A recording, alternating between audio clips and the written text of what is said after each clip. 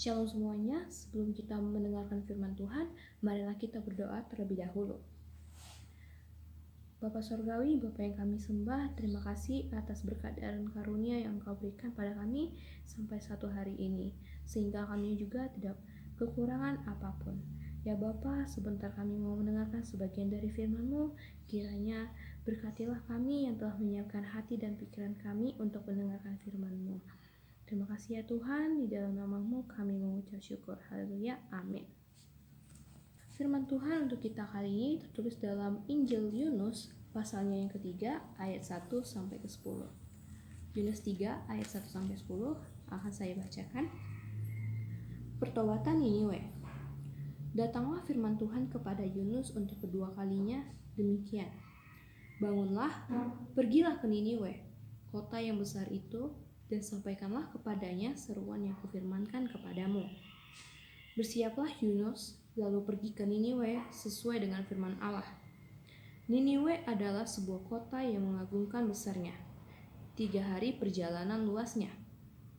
Mulailah Yunus masuk ke dalam kota itu sehari perjalanan jauhnya, lalu berseru, 40 hari lagi maka Niniwe akan ditunggang balikan.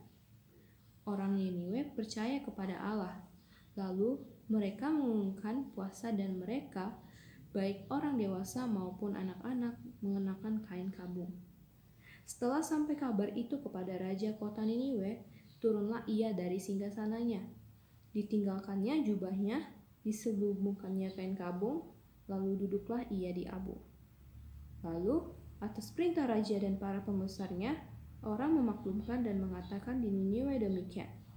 Manusia dan ternak, lembu sapi dan kambing domba tidak boleh makan apa-apa, tidak boleh makan rumput, dan tidak boleh minum air. Haruslah semuanya manusia dan ternak berselubung kain kabung dan berseru dengan keras kepada Allah, serta haruslah masing-masing berbalik dari tingkah lakunya yang jahat dan dari kekerasan yang dilakukannya. Siapa tahu, mungkin Allah akan berbalik dan menyesal serta berpaling dari murkanya yang bernyala-nyala itu, sehingga kita tidak binasa. Ketika Allah melihat perbuatan mereka itu, yakni bagaimana mereka berbalik dari tingkah lakunya yang jahat, maka menyesallah Allah karena malapetaka yang telah dirancangkannya terhadap mereka, dan ia pun tidak jadi melakukannya.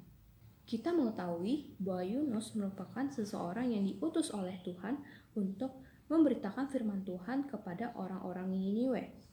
Walaupun sebelumnya Yunus sempat menolak dan ia sempat kabur dari Tuhan agar dia tidak memberitakan firman Allah kepada orang-orang di Niniwe. Namun akhirnya ia pun dibuang ke laut dan ditelan oleh ikan besar. Saat di dalam perut ikan, ia akhirnya merenungkan kembali apa yang telah Allah perintahkan kepadanya, dan ia mulai berdoa dan bertobat. Akhirnya pun ia keluar dari perut ikan tersebut dan juga segera mengabarkan firman Allah kepada orang-orang di Niniwe. Sebagaimana kita tahu bahwa bangsa Niniwe adalah bangsa yang telah melakukan kejahatan ataupun berbuat hal-hal yang tidak baik di hadapan Allah, sehingga Allah telah merancangkan hukuman kepada bangsa tersebut. Di sini kita mengetahui bahwa kemurahan Tuhan untuk memberikan Yunus kehidupan dan juga memberikan Yunus kesempatan untuk memberitakan firman Allah kepada orang-orang di Niniwe, dan pada bangsa Niniwe sendiri bahwa akhirnya bangsa tersebut mulai percaya kepada Tuhan dan mereka mulai bertobat. Pada ayat 1 kita mengetahui bahwa Tuhan memberikan perintah yang kedua kalinya untuk Yunus agar Yunus memberitakan firman Allah kepada orang-orang di Niniwe. Walaupun Yunus sempat melarikan diri, bahkan ia sempat menolak untuk memberitakan firman Allah kepada orang Niniwe. Namun karena dia sudah sadar dan ia bertobat, ia akhirnya mau dan ia segera pergi dan masuk ke dalam kota Niniwe dan menyerukan bahwa dalam waktu 40 hari lagi maka bangsa Niniwe akan ditunggang balikan. Di sini kita mengetahui bahwa Tuhan memberikan kesempatan bagi Yunus untuk bertobat dan memberitakan firman Allah kepada orang-orang di Niniwe.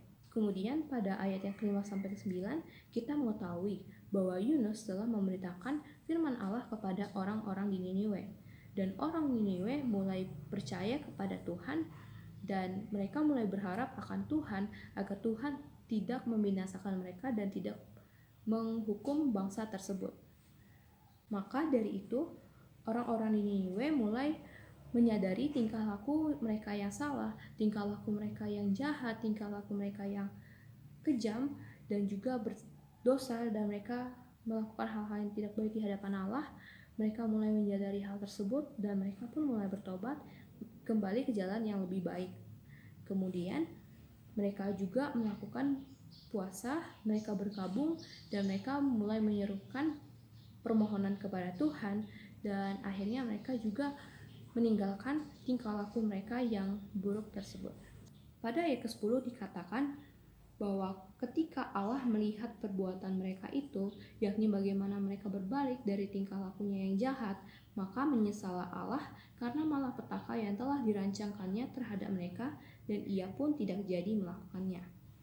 Di sini bukan berarti Allah tidak adil terhadap apa yang ia rencanakan. Bukan berarti Allah tidak konsisten terhadap apa yang telah Allah rencanakan. Namun, Allah telah melihat bagaimana bangsa tersebut telah sadar akan perbuatan mereka yang tidak baik, yang tidak berkenan di hadapan Allah, sehingga mereka pun akhirnya bertobat. Bahkan di sini kita melihat bagaimana kemurahan Tuhan untuk memberikan bangsa tersebut kesempatan agar mereka bertobat dan kembali kepada Tuhan, kembali percaya kepada Tuhan, dan melakukan hal-hal yang lebih baik ke depannya. Begitu juga dengan kita, jikalau Allah memberikan perintah kepada kita atau Allah memberikan nasihat kepada kita, alangkah baiknya kita mendengarkan perintah dari Allah dan melakukan apa yang Allah perintahkan. Jikalau kita menolak atau tidak mendengarkan atau tidak melaksanakan apa yang diperintahkan Tuhan, maka pastinya Tuhan akan marah dan menghukum kita. Kemudian apabila kita memiliki kesalahan, kita mulai menyesali dosa kita dan meminta pengampunan kepada Tuhan agar Tuhan mau memaafkan kesalahan-kesalahan yang telah kita lakukan. Apabila kita melakukan hal-hal yang kurang baik, kurang berkenan, dan melakukan dosa di hadapan Allah, alangkah baiknya kita berdoa kepada Tuhan dan minta pengampunan pada Tuhan agar Tuhan juga mau mengampuni kita. Ingatlah bahwa Allah tidak pernah menolak orang-orang yang telah menyesali dosa-dosanya. Allah pasti mau mengampuni dosa-dosa kita apabila kita melakukan pertobatan dan menyerahkan diri kita kepada Tuhan. Dan juga sekalipun kita telah jauh dari Tuhan, namun Tuhan tidak pernah berlambat-lambat untuk mendengarkan seruan-seruan daripada umatnya. Amin. Marilah kita berdoa. Bapa kami yang berada dalam surga, terima kasih kami telah mendengarkan firman-Mu. Kiranya apa yang kami dengar dapat kami terapkan dan dapat kami lakukan di dalam kehidupan kami. Kiranya juga ya Tuhan, Engkau menuntun kami di sepanjang kehidupan kami, agar kami juga tidak lepas daripada genggaman-Mu. Dan juga Bapa, kiranya Engkau memberkati dan melindungi kami di setiap perjalanan hidup kami. Juga Bapa, kami mohon ampun atas segala dosa dan kesalahan yang kami perbuat. Terima kasih ya Tuhan, inilah doa kami di dalam nama Tuhan Yesus Kristus, Juru Selamat kami. Haleluya, amin.